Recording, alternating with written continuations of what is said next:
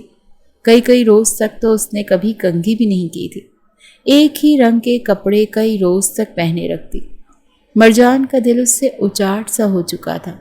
اسے شروع ہی سے ماڈرن اور تیار رہنے والی، اپنی پرفارمنس سے لڑکوں کو پاگل کر دینے والی لڑکیاں پسند تھیں، مگر اس کی بیوی جیسے اس کی ماں نے زبردستی اس کے سر پر مسلط کر دیا۔ وہ چاہ کر بھی اس کے ساتھ ہنسی خوشی زندگی گزار نہیں پا رہا تھا، مگر آج ساڑی کے اس روپ میں اسے دیکھ کر اس کا دل مچلنے لگا، اور شاید شادی کے 3 ماہ میں پہلی بار ایسا ہوا کہ وہ مسکرا کر آگے بڑھا اور کہنے لگا، میں 1 منٹ تمہیں بتاتا ہوں کہ یہ ساڑی کیسے پہنتے ہیں۔ اس کا ہاتھ پکڑ کر باہر لایا، مگر جیسے ہی آگے بڑھا اور ساڑی کا پلو اس کے کاندھے پر رکھ کر سیفٹی پن سے ٹھیک کرنے لگا تو اس کے ماتھے پر بل پڑ چکے تھے۔ کاندھے پر کھلے ہوئے بالوں کے قریب جا کر انہیں سونگھنے لگا اور اگلے ہی پل چہرہ بگاڑ کر کہنے لگا، یہ کیا ہے؟ تم نے بالوں میں تیل لگا رکھا ہے؟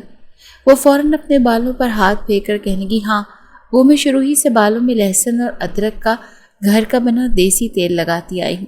اس سے بال میرے بڑے اچھے رہتے ہیں، دیکھیں تبھی تو اتنے لمبے، کمر سے بھی نیچے پہنچتے ہیں۔ ابھی تو تھوڑا تھوڑا لگا ہوا ہے۔ یہ بات اس نے کی ہی تھی کہ مرجان کا سارا موڈ خراب ہو گیا۔ غصے سے چہرہ سرخ ہونے لگا اور کہنے لگا، دفع ہو جاؤ میری نظروں کے سامنے سے، دور ہو جاؤ میری نظروں سے۔ حد ہوتی ہے، پتہ نہیں تم کچن کے کاموں سے اور لہسن پیاز سے کب نکلو گی۔ کیوں میں تمہیں اس حلیے میں لے کر جاؤں گا؟ وہاں جو بھی پاس سے گزرے گا لہسن پیاز کی بو سونگ کر ہی بے ہوش ہو جائے گا۔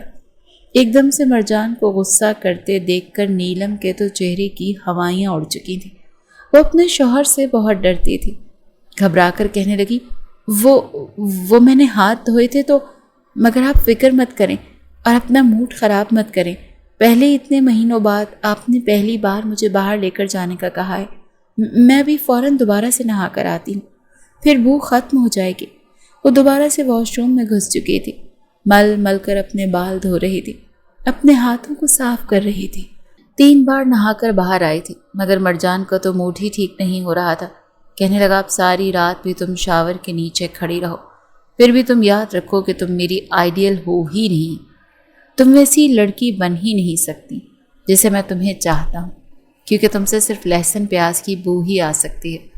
وہ اسے خوش کرنے کے 1000 جتن کرتی تھی، مگر پھر بھی نہ جانے کیوں سب الٹا پڑ جاتا تھا۔ جب مرجان نے اسے یوں کہا تو وہ خود کو ہی کوسنے لگی تھی۔ اب تو اسے سوائے شیمپو اور باڈی واش کی خوشبو کے اور کچھ بھی نہیں آ رہا تھا، مگر شاید مرجان کو بس اسے تنگ کرنے کا موقع چاہیے تھا۔ کہنے لگا، جاؤ کھڑی ہو جاؤ پانی میں، جب تک وہ ختم نہیں ہوتا تب تک شاور کے نیچے سے ہٹنا مت۔ مڈل کلاس گھرانے سے تعلق رکھنے والی نیلم، جس کے پاس ضرورت کی ہر ایک چیز موجود تھی، لیکن غلطی یہ کر چکی تھی کہ خود سے بھی زیادہ امیر لڑکے مرجان سے اس کے گھر والوں نے اس کا رشتہ کیا کر دیا تو آج وہ اس کے کیے کی سزا بھگت رہی تھی۔ پچھلے 5 گھنٹوں سے شاور کے نیچے کھڑی تھی، مگر مرجان خراٹے بھرتا سو چکا تھا۔ کانپتے وجود کے ساتھ وہ بھی واش روم میں ہی گر کر بے ہوش ہو گئی تھی۔ اس کے گرنے کی آواز پر مرجان ہڑ بڑھا کر اٹھا۔ اسے یوں شاور کے نیچے بالکل بھیگتا بے ہوش دیکھ کر وہ فوراً سے بھاگ کر واش روم آیا اور کہنے لگا، تم بھی بالکل 1 نمبر کی پاگل ہو۔ ارے لڑکی، میرا لکھا پتھر پر لکیر تھوڑی تھا، باہر کیوں نہیں آئی؟ وہ اس قدر بھیگی ہوئی تھی کہ پانی اس کے جسم سے نیچے بہہ رہا تھا۔ اگر اسے یوں بھیگا ہوا بستر پر لٹاتا تو بستر بھی خراب ہو جاتا۔ وہ اسے اٹھانے لگا کہ اٹھو کپڑے چینج کرو، مگر وہ تو سردی سے کانپے جا رہی تھی۔ مجبوراً الماری سے کپڑے نکال کر خود ہی اسے چینج کرنا پڑے تھے۔ اس سے پہلے اس نے اس نظر سے نیلم کو دیکھا ہی نہیں تھا، مگر اس وقت تو جس حالت میں اس کے سامنے تھی، اس کے دل میں کچھ ہونے لگا تھا۔ دل بار بار کہنے لگا کہ بس کر دو، ختم کر دو ان دیواروں کو، تمہاری بیوی ہے، یہ تمہارا حق ہے، اس پر اس کے قریب جاؤ، اس پر اپنی شدتیں لٹاؤ۔ اس کے قریب آنا چاہتا تھا مگر دل تھا کہ ماننے کو تیار ہی نہیں تھا، کیونکہ مرجان کو جیسی فیشنیبل اور ماڈرن لڑکیاں پسند تھیں، اس کے گھر والوں نے اس کی شادی اس سے برعکس لڑکی سے کروا دی تھی۔ 3 مہینے گزر چکے تھے اور بار بار مرجان کے گھر والے اسے کہہ رہے تھے کہ تم ہنی مون پر کب جاؤ گے؟ تمہارا بڑا بھائی تو شادی کے فوراً بعد ہی ہنی مون پر چلا گیا تھا، اور تم تو ہر بار ہی ٹرپ کینسل کر رہے ہو۔ اس وقت ہمیشہ کی طرح شیلف بنی نیلم کچن میں گھسی ہوئی تھی۔ جی تو اس کا بھی یہی چاہتا تھا کہ وہ مری کی خوبصورت وادیوں میں جائے، چیئر لفٹ میں بیٹھے، اپنے شوہر کا ہاتھ پکڑ کر کئی خواب جیے، مگر یہ سب کچھ تو شاید اس کے نصیب میں تھا ہی نہیں۔ اسے کھانے پکانے کا بہت زیادہ شوق تھا، کچھ بھی بنانا ہو وہ بہت مزیدار بناتی، مگر ان سب میں نہ جانے کیوں مرجان اس کے کھانے کی تعریف تو کر دیتا، مگر آج تک اسے بیوی کے درجے پر فائز نہیں کر پایا تھا۔ جان بوجھ کر کچھ نہ کچھ تو کہہ کر اس کی تذلیل کر دیتا تھا، اسے نیچا دکھاتا رہتا اور وہ اپنے شوہر کو خوش کرنے کے 100 بہانے تلاشتی رہتی۔ ابھی بھی جب اس کی ساس نفیسہ بیگم اسے ہنی مون کا کہنے لگی تو وہ فوراً ضد ہو کر کہنے لگا کہ امی، اگر آپ میری مرضی کی لڑکی سے شادی کرواتی نا تو پھر میری خوشیاں دیکھتی۔ اس لڑکی سے مجھے الجھن ہوتی ہے، کوفت ہوتی ہے، میں اس کے ساتھ بند کمرے میں رہتے ہوئے گھبراتا ہوں۔ ہنی مون پر جا کر بھلا کیا خاک انجوائے کروں گا؟ ہر وقت اس کے بالوں سے چمبیلی کے تیل کی بو آتی رہتی ہے اور اس کے ہاتھوں سے لہسن پیاز کی بو، وہ ختم ہی نہیں ہوتی۔ جب دیکھو یہ کچن میں گھسی ہوتی ہے، کپڑے اس کے وہی میلے ہوتے ہیں، پتہ نہیں کیا دیکھ کر آپ نے اسے اپنے گھر کی بہو بنا کر لائی ہیں۔ وہ جو چائے اور ساتھ نگیٹس اور پکوڑے فرائی کر کے لا رہی تھی، الفاظ سن کر اس کی آنکھوں میں آنسو آ چکے تھے۔ نفیسہ بیگم اسے ڈانٹنے لگی، کیوں اس کے سامنے ایسی باتیں کر رہی ہو؟ اتنی اچھی تو ہے، لڑکی تو وہی اچھی ہوتی ہے جو گھرداری سنبھالے، یا تو پھر تم یہاں پر مجھے 3-4 نوکر رکھ دو جو سارے گھر کے کام کرتے رہیں اور تمہاری بیوی تیار ہو کر بس تمہارے کمرے میں جا کر بیٹھی رہے۔ بس بہت ہو گئی تمہارے بہانے، اب تم اپنی بیوی کو اپنے ساتھ لے کر ہنی مون پر جاؤ گے۔ وہ وہاں سے اٹھ کر کمرے میں جا چکا تھا، ہمیشہ کی طرح انتہائی سلیقہ شعار وفادار بیوی بن کر۔ نیلم اس کے پیچھے گئی تھی، قریب ہوتے ہی کہنے لگی، کیا آپ مجھے پسند نہیں کرتے؟ میں نے سب کچھ کر کے دیکھ لیا، مگر پھر بھی آپ مجھ سے خوش نہیں ہوتے۔ آپ کہتے ہیں تو ایک ٹانگ پر کھڑی رہتی ہوں، جو کہتے ہیں کرتی ہوں، لیکن پتہ نہیں پھر بھی آپ مجھ سے خوش کیوں نہیں ہو پاتے؟ اس کی آنکھوں میں آنسو تھے اور مرجان پتھر دل اسے دیکھ کر کہنے لگا، تمہارا سب کچھ میرے سامنے بیکار ہے، تمہیں وہ سب کچھ کرنا آتا ہی نہیں ہے جو میں چاہتا ہوں۔ وہ کہنے لگی، میں آپ کے لیے سب کچھ کروں گی، آپ مجھے بتائیں تو صحیح کہ میں آپ کو ہر طرح سے خوش رکھنے کی، پرسکون کرنے کی پوری کوشش کروں گی۔ کچھ دیر تو مرجان اسے دیکھتا رہا، پھر کہنے لگا، اچھا چلو تمہیں ایک چھوٹا سا ٹریلر دکھاتا ہوں، اگر تم ایسی بن جاؤ تو میں تمہارے ساتھ خوشی خوشی رہ لوں گا۔ یہ کہہ کر اس نے اپنے موبائل پر ایک ویڈیو چلائی تھی، جسے دیکھ کر مارے شرم کے نیلم نے اپنے چہرے پر ہاتھ رکھ لیا۔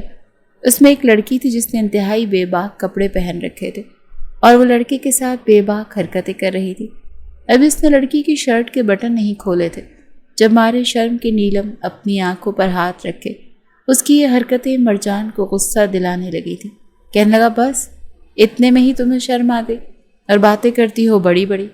دیکھو مجھے جس شرمیلی اور دوپٹہ لپیٹنے والی لڑکیوں سے نا سخت ترین نفرت ہے۔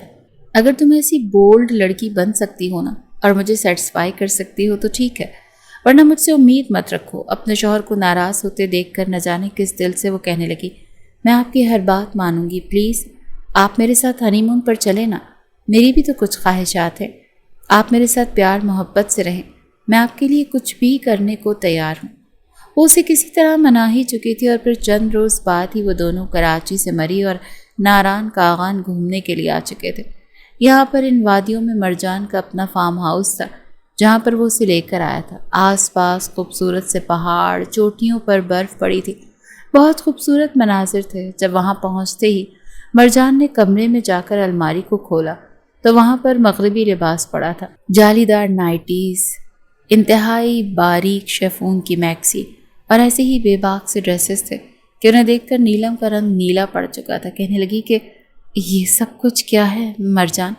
مرجان کہنے لگا میں تمہیں ان ڈھکے چھپے کپڑوں میں نہیں دیکھنا چاہتا. یہاں پر میرے اور تمہارے علاوہ اور کوئی نہیں ہے، اسی لیے تم اب یہی کپڑے پہن کر میرے سامنے گھومو گے. وہ گھبرا کر کہنے لگی لیکن یہاں پر تو نوکر بھی ہیں، اللہ مجھے اتنی بے حیائی والے کپڑے کیسے پہنا سکتے ہیں. مگر وہ ایک سرخ رنگ کی نائٹی نکال کر اس کی طرف اچھال چکا تھا کہ پہن کر آنا ہے، ورنہ مجھ سے برا تمہارے لیے اور کوئی نہیں ہوگا. گھبراتے ہوئے نیلم نے کپ کپاتے ہاتھوں سے وہ کپڑے لے لیے تھے. وہ تو سمجھ رہی تھی کہ شاید اس کا شوہر اس سے پیار محبت کی باتیں کرے گا، مگر مرجان کو تو بس اس کے وجود سے غرض تھی. نہ جانے وہ اسے کیسے دیکھنا چاہتا تھا. شوہر کی محبت کی خاطر وہ بے باک لباس میں بھی اس کے سامنے آ چکی تھی. وہ سگریٹ کی کش لگا رہا تھا. مرجان کچھ دیر اسے بڑے غور سے دیکھتا رہا، پھر مسکرا کر کہنے لگا کہ یہاں میرے پاس آؤ اور مجھ سے ڈھیر سارا پیار کرو. وہ مسلسل سگریٹ کا دھواں ہوا میں تحلیل کر رہا تھا اور وہ اس کے قریب جیسے ہی آئی تو کھانسنے لگی.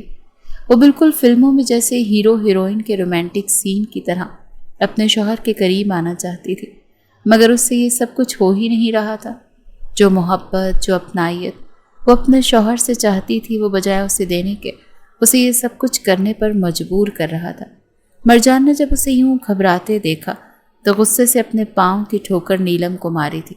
نیلم پیچھے کو جا گری تھی. اس کا چہرہ بیڈ کے کونے سے لگا تھا، ناک سے خون کی پھوار نکلی تھی. وہ کہنے لگا تم تو اپنے شوہر کے ساتھ رومانس بھی نہیں کر سکتی.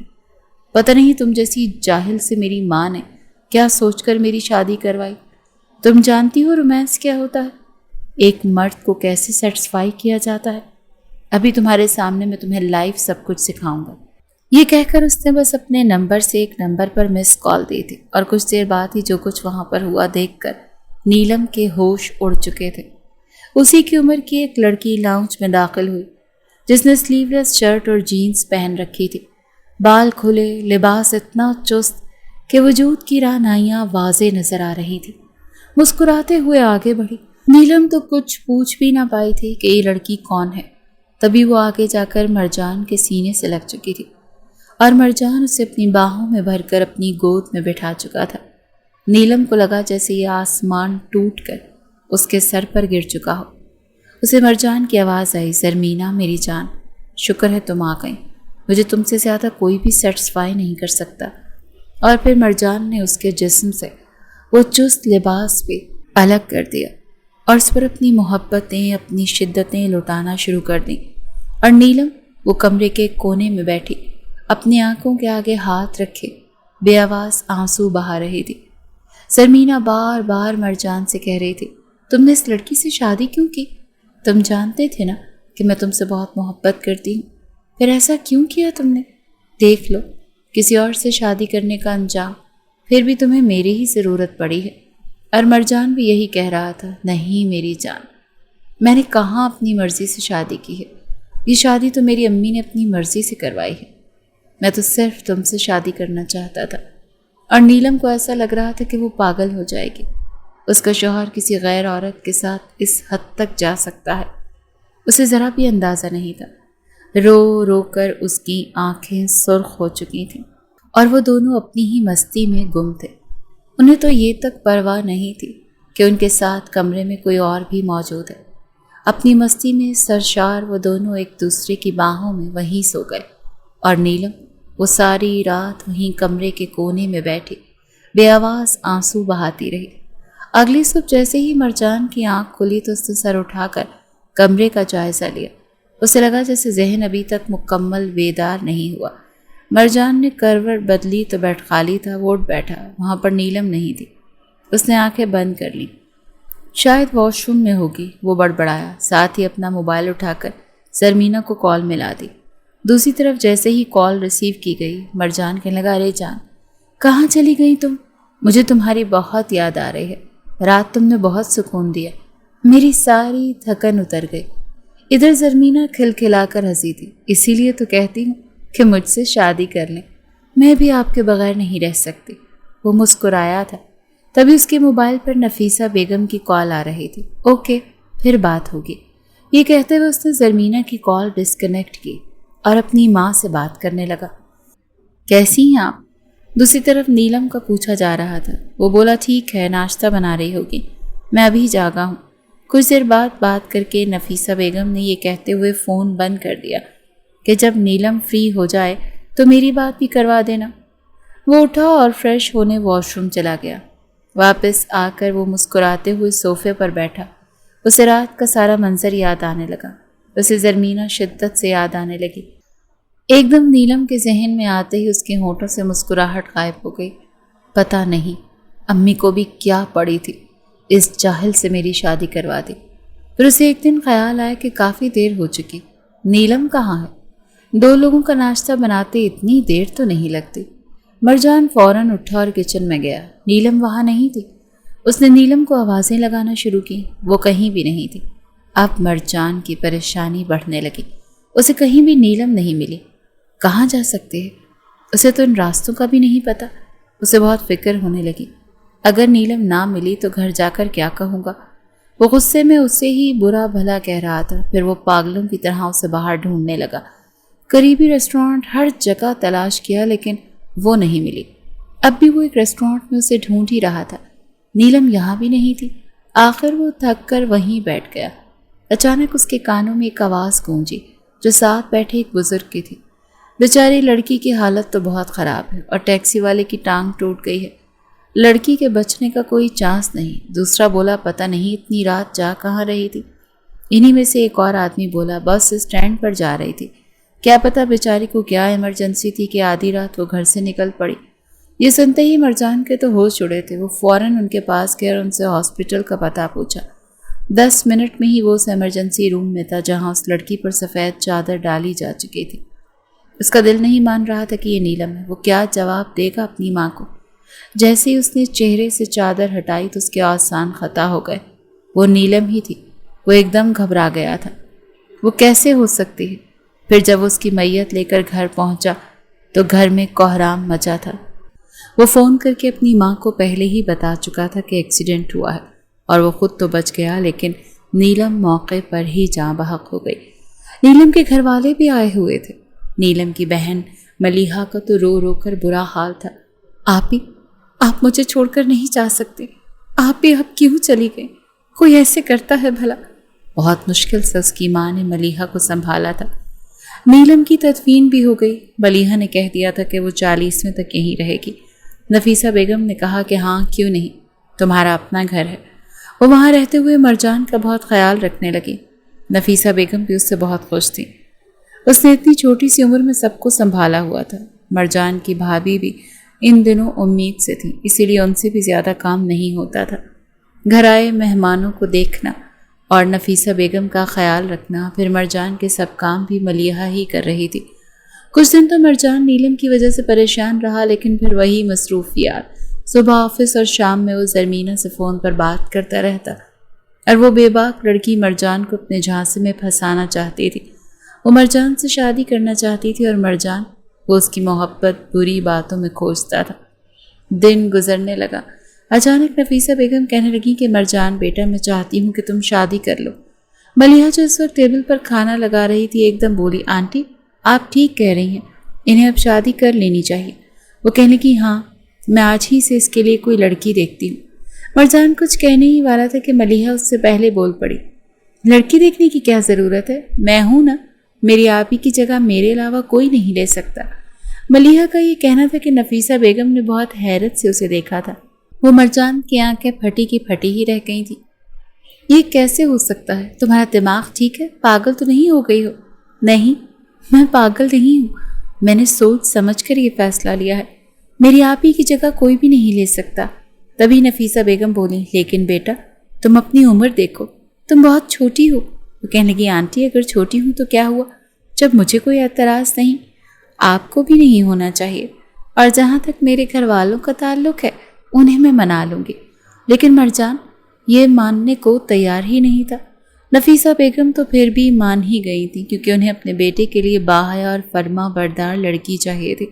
ان کی فیملی کو دیکھتے ہوئے انہوں نے نیلم کے ساتھ مرجان کی شادی کی تھی۔ ملیحہ بھی بہت اچھی اور سلجھی ہوئی تھی، اس لیے انہوں نے بھی ملیحہ کا ساتھ دیا، لیکن مرجان کسی صورت نہیں مان رہا تھا۔ وہ تو زرمینہ سے شادی کرنا چاہتا تھا۔ رات میں اس نے زرمینہ سے کہا تھا کہ وہ بہت جلد اپنی ماں سے شادی کی بات کرے گا، مگر اب ملیحہ بیچ میں آ گئی۔ وہ غصے سے اٹھا اور اپنے کمرے میں چلا گیا۔ کمرے میں آ کر اس نے غصے میں چیزوں کو اٹھا کر پھینکنا شروع کر دیا۔ اسے یقین نہیں آ رہا تھا کہ وہ پاگل لڑکی اس طرح بھی کر سکتی ہے۔ ادھر ملیحہ نے آنٹی کو سمجھایا، آنٹی آپ پریشان نہ ہو، میں انہیں منا لوں گی۔ رات کا اندھیرا چھا گیا تھا اور نفیسہ بیگم اپنے کمرے میں جا کر سو گئی تھی۔ ملیحہ اس وقت کچن میں چائے بنا رہی تھی۔ مرجان اب بھی غصے میں کمرے میں ادھر سے ادھر ٹہل رہا تھا۔ فرش اور بکھری ہوئی چیزیں، گرا ہوا لیمپ اور پھٹی ہوئی فائلیں اس کے غصے کا پتہ دے رہی تھی۔ اس کا دل دھک دھک کر رہا تھا، دماغ جیسے پھٹنے کو تھا۔ یہ سب کیا ہو رہا ہے؟ ملیحہ آخر چاہتی کیا ہے؟ وہ بڑبڑایا۔ اتنے میں دروازے پر ہلکی سی دستک ہوئی۔ مرجان نے کوئی جواب نہ دیا۔ دستک دوبارہ ہوئی، پھر دروازہ آہستگی سے کھلا اور ملیحہ اندر داخل ہوئی۔ ہاتھ میں چائے کا کپ تھا۔ کیا تمہیں تمیز نہیں کہ جب دروازہ بند تھا تو تم اندر کیوں آئی ہو؟ مرجان نے قراتے ہوئے کہا، مگر ملیحہ نے کوئی پرواہ نہ کی۔ وہ خاموشی سے اندر آئی، صوفے کے پاس چائے کا کپ رکھا اور بڑی نرمی سے بولی، میں آپ سے کچھ بات کرنا چاہتی ہوں۔ وہ کہنے لگا، مجھے تم سے کوئی بات نہیں کرنی۔ ملیحہ مرجان کی طرف بڑھی، کیوں بات نہیں کرنی؟ آپ کو مجھ سے بات کرنی پڑے گی۔ مرجان نے اس کی طرف دیکھا۔ اس وقت وہ چست لباس پہنے اس کے سامنے تھی۔ تبھی وہ بولی، میں فیصلہ کر چکی ہوں کہ آپ مجھ سے ہی شادی کریں گے۔ مرجان نے غصے سے اسے دیکھا، اب تم فیصلہ کرو گی کہ مجھے کس سے شادی کرنی ہے؟ ملیحہ نے گہرا سانس لیا اور کچھ لمحے چپ رہنے کے بعد بولی، جی ہاں، آپ کو تو خوش ہونا چاہیے کہ شادی شدہ ہوتے ہوئے آپ کو ایک کنواری لڑکی مل رہی ہے، اور وہ بھی کم عمر۔ مرجان نے اسے گھورا، پھر کہنے لگی، بس چپ چاپ میرے ساتھ شادی کے لیے ہاں کر دیں، ورنہ میں اپنے کپڑے پھاڑ کر سب کو کہہ دوں گی کہ آپ نے میرے ساتھ بہت برا سلوک کیا ہے۔ مرجان کو لگا جیسے کسی نے زمین اس کے پیروں کے نیچے سے کھینچ لی ہو۔ وہ ایک دم سیدھا ہو کر کھڑا ہو گیا۔ اس کی آنکھیں بے یقینی سے پھٹی کی پھٹی رہ گئیں کہ کیا بکواس ہے یہ؟ تمہیں شرم نہیں آتی؟ کس قسم کی باتیں کر رہی ہو؟ میں تو تمہیں بہت معصوم سمجھتا تھا، لیکن تم تو بہت ہی بے شرم نکلی۔ وہ کہنے لگی، مجھے شرم آتی تھی، لیکن آپ لوگوں کے رویے نے شرم ہی چھین لی۔ میری آپ ہی کی جگہ کوئی اور لڑکی آئے، وہ بھی آپ کی مرضی کی، ایسا میں ہونے نہیں دوں گی۔ مرجان نے آگے بڑھ کر اس کا بازو پکڑ لیا۔ تم کیوں میرے پیچھے پڑ گئی ہو؟ کیوں مجھے تنگ کر رہی ہو؟ مجھے ایسی لڑکیاں پسند نہیں ہیں، میں کسی اور کے ساتھ شادی کرنا چاہتا ہوں۔ وہ کہنے لگی، شادی تو آپ کو مجھ سے ہی کرنی پڑے گی۔ مرجان کے ماتھے پر بل آئے اور اس کا بازو مروڑتے ہوئے بولا، بہت شوق ہے نا تمہیں مجھ سے شادی کرنے کا؟ تمہارا بھی وہی حال کروں گا جو تمہاری آپی نیلم کا کیا تھا۔ اس پل ملیحہ کے چہرے کا رنگ بدلا، لیکن وہ خود کو نارمل رکھتے ہوئے بولی، مجھے منظور ہے۔ یہ کہہ کر وہ کمرے سے باہر آ گئی تھی، اور پھر کتنی ہی دیر وہ اپنی آپی کو یاد کر کے روتی رہی۔ اگلی صبح جب وہ اٹھی تو سب سے پہلے اس نے نفیسہ بیگم سے کہا، آنٹی پھر کیا سوچا ہے آپ نے؟ نفیسہ بیگم اس کی طرف دیکھ کر مسکرانے لگی، بیٹا جب تمہاری مرضی ہے تو میرے لیے انکار کی تو کوئی گنجائش ہے ہی نہیں، تم بہت اچھی ہو۔ تبھی اس نے اپنی امی کو فون کیا اور انہیں بھی کہا کہ میں نہیں چاہتی کہ میری آپی کی جگہ کوئی اور لے۔ اس کی ماں بھی کہنے لگی، ٹھیک ہے بیٹا، جیسے تمہاری مرضی۔ پھر نفیسہ بیگم نے مرجان کو فیصلہ سنا دیا کہ وہ اس کی شادی ملیحہ کے ساتھ ہی کریں گی۔ بہت سادگی سے ان کا نکاح ہوا، بس چند رشتہ دار ہی اس نکاح میں شامل تھے۔ ملیحہ شاکنگ پنک کلر کی میکسی میں بہت خوبصورت لگ رہی تھی۔ نکاح ہو جانے کے بعد اسے مرجان کے کمرے میں بٹھا دیا گیا۔ جیسے ہی مرجان کمرے میں آیا وہ بہت غصے میں تھا۔ آتے ہی ملیحہ پر برس پڑا، آخر تم چاہتی کیا ہو؟ تم نے کیوں میرے ساتھ زبردستی کی اور میرے ہی گھر والوں کو میرے ہی خلاف بھڑکا دیا؟ ملیحہ چپ چاپ اس کی باتیں سنتی رہی۔ تبھی مرجان کا فون بجنے لگا۔ ادھر زرمینہ تھی۔ غلطی سے اسپیکر آن ہو گیا۔ زرمینہ غصے سے بول رہی تھی، یہ کیا کیا ہے تم نے میرے ساتھ شادی کے وعدے کیے تھے، تم نے مجھے دھوکہ دیا ہے، میں تمہارے انتظار میں بیٹھی ہوں اور تم نے کسی اور کے ساتھ نکاح کر لیا، میں یہ ہرگز برداشت نہیں کروں گی۔ یہ کہتے ہوئے زرمینہ نے غصے سے فون کاٹ دیا۔ مرجان نے تکیہ اٹھایا اور صوفے پر لیٹ گیا، لیکن ملیحہ نے الماری سے ایک جالی دار نائٹی نکالی اور پہن کر مرجان کے سامنے آ گئی۔ ایک پل کو تو مرجان کے ہوش اڑے تھے۔ جالی دار نائٹی میں اس کا جسم واضح ہو رہا تھا۔ وہ کہنے لگی، آپ کو ایسی ہی لڑکیاں پسند ہیں نا؟ یہ کہتے ہوئے وہ اس کی گود میں بیٹھ گئی۔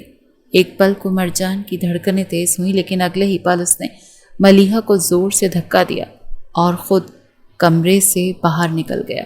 مرجان ملیحہ کے قریب ہی نہیں جاتا تھا، لیکن اس کے سامنے ہر وقت زرمینہ سے باتیں کرتا رہتا۔ پہلی رات کے بعد اس نے پھر مرجان کے پاس آنے کی کوشش نہیں کی۔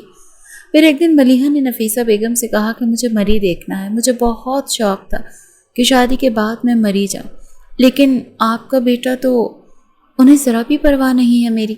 نفیسہ بیگم مسکراتے ہوئے کہنے لگی، بیٹا تم مری ضرور جانا، میں مرجان سے بات کرتی ہوں، وہ آفس سے 1 ہفتے کی چھٹی لے اور تمہیں گھمانے لے جائے۔ ملیحہ بھی نفیسہ بیگم کی طرف دیکھتے ہوئے مسکرا دی۔ شام میں جب مرجان آئے تو نفیسہ بیگم اس کے پاس بیٹھ گئی۔ پھر وہ کہنے لگی، مرجان بیٹا ایسا کیوں نہیں کرتے تم اور ملیحہ مری گھوماؤ، بچی کا دل بھی ذرا بہل جائے گا۔ وہ کہنے لگا، جی امی جب آفس سے چھٹیاں ہوں گی تو میں لے جاؤں گا۔ وہ کہنے لگی، نہیں بیٹا تم کون سا زیادہ چھٹیاں کرتے ہو، تمہیں آفس سے چھٹی نہیں ملے گی، تم کل ہی 1 ہفتے کی چھٹی لو۔ مرجان کہنے لگا، جی امی میں کل اپنے باس سے بات کروں گا۔ مرجان تو گویا مری جانے کے تیار بیٹھا تھا، اس نے سوچا چلو وہاں زرمینہ سے ملاقات ہو جائے گی۔ اگلے روز اس نے آفس میں اپنے باس سے 1 ہفتے کی چھٹی کی بات کی تو خوش قسمتی سے اسے چھٹی مل گئی، کیونکہ ان دنوں کوئی بھی چھٹی پر نہیں تھا۔ باس نے اسے 1 ہفتے کی چھٹی دے دی۔ گھر آ کر اس نے ملیحہ سے سامان پیک کرنے کو کہا۔ ملیحہ بھی اسی انتظار میں تھی کہ کب وہ مری جائے اور زرمینہ کو دیکھے۔ اس نے اپنا اور مرجان کا ضروری سامان پیک کیا۔ یہ سب کرتے ہوئے وہ کس قدر افسردہ تھی۔ وہ وہاں جا رہی تھی جہاں اس کی نیلم آپی کی موت ہوئی تھی۔ اس کی آنکھوں سے ٹپ ٹپ آنسو گرنے لگے، لیکن اس نے خود کو سنبھالا۔ جیسے ہی وہ مری پہنچے، فارم ہاؤس کے اندر قدم رکھتے ہی ملیحہ کا دل دھڑکنے لگا۔ اسے وہ ویڈیو کال یاد آنے لگی جو نیلم نے اسے اس گھر سے نکلنے سے پہلے کی تھی۔ اس کے دل میں مرجان اور زرمینہ کے لیے اتنی نفرت تھی کہ غصے سے اس کی آنکھیں سرخ ہو گئیں۔ وہ اس کمرے میں پہنچی تو اس کی آنکھ سے آنسو نکلنے لگے، لیکن اس نے خود کو مضبوط رکھنے کی کوشش کی۔ وہ مرجان پر کچھ بھی ظاہر نہیں کرنا چاہتی تھی۔ آتے ہی مرجان فریش ہونے واش روم چلا گیا اور ملیحہ نے سامان الماری میں رکھا۔ کچھ ہی دیر میں کھانا بھی آ گیا۔ دونوں نے کھانا کھایا۔ مرجان نے ابھی تک ملیحہ کو بیوی کی نظر سے نہیں دیکھا تھا۔ ابھی رات کے 10 بجے تھے۔ مرجان نے زرمینہ کو کال کی اور بتایا کہ وہ یہاں فارم ہاؤس میں ہے۔ وہ کہنے لگی، اور تمہاری بیوی؟ وہ بھی یہی ہے، لیکن تم اس کی فکر نہ کرو، یہ میرا مسئلہ ہے۔ مرجان نے کہا، لیکن تم آ جاؤ، تم جانتی ہو نا میرا وقت تمہارے ساتھ ہی اچھا گزرتا ہے۔ میں نے پل پل تمہیں یاد کیا ہے، تمہاری قربت میں گزاری وہ رات میں نہیں بھولا۔ دونوں نے فون پر کچھ دیر بات کی، پھر زرمینہ کہنے لگی، میں 10 منٹ میں پہنچتی ہوں۔ ملیحہ یہ سن رہی تھی۔ مرجان نے جیسے ہی فون بند کیا، ملیحہ کی طرف نظر اٹھا کر دیکھا۔ جان بوجھ کر وہ موبائل پر گیم کھیلنے لگی، جیسے اس نے کچھ سنا ہی نہ ہو۔ مرجان نے ملیحہ سے کہا، میری گرل فرینڈ آئے گی، تم دوسرے کمرے میں سو جاؤ۔ وہ کہنے لگی، کیوں؟ بیوی کے ہوتے ہوئے گرل فرینڈ کیوں آئے گی؟ مرجان نے ماتھے پر بل ڈالتے ہوئے کہا، بیوی میں تمہیں اپنی بیوی نہیں مانتا، تم میری زندگی میں زبردستی آئی ہو۔ وہ کہنے لگی، اچھا آپ مجھے بیوی نہیں مانتے؟ آپ نے نیلم آپی کو کب اپنی بیوی تسلیم کیا تھا؟ انہیں ان کا حق دیا تھا؟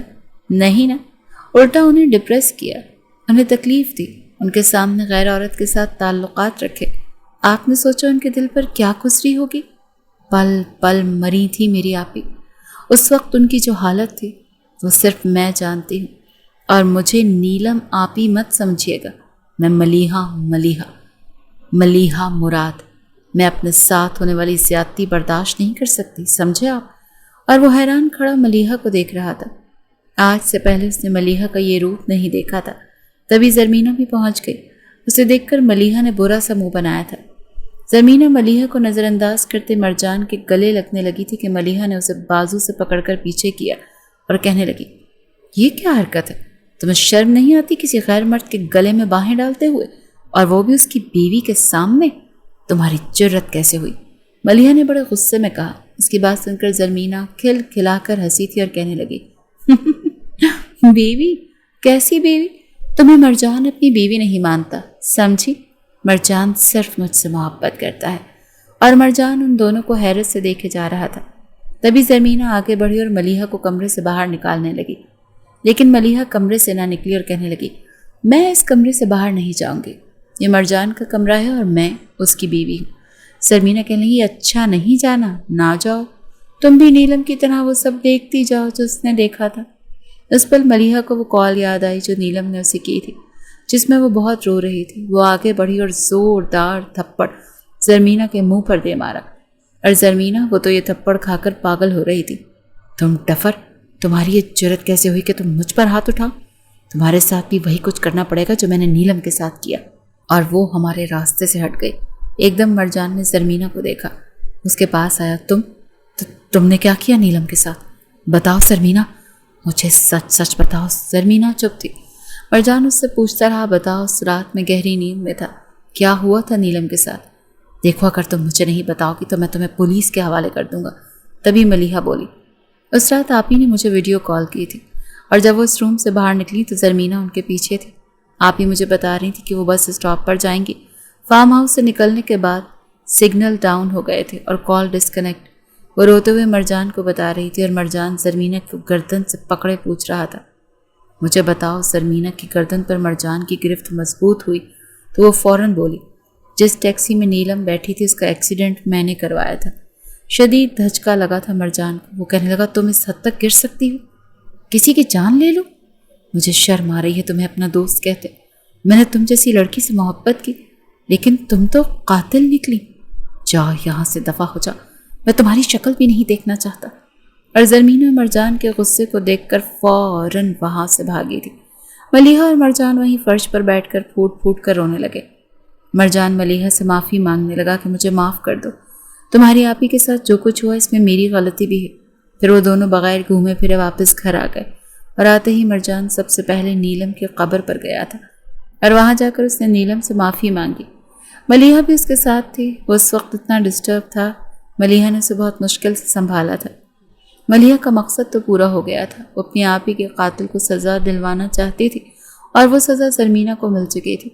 جیسے ہی وہ فارم ہاؤس سے نکل کر مین روڈ پر پہنچی تھی، سامنے سے آتی گاڑی سے ٹکرا گئی، جس کی وجہ سے اس کی دونوں ٹانگیں مفلوج ہو گئی تھیں۔ ادھر مرجان نے خود سے وعدہ کیا تھا کہ اب وہ ملیحہ کو اس کا حق دے گا اور اسے ہمیشہ خوش رکھے گا، اور آج ملیحہ اپنے شوہر کی باہوں میں سکون کی نیند سوئی تھی۔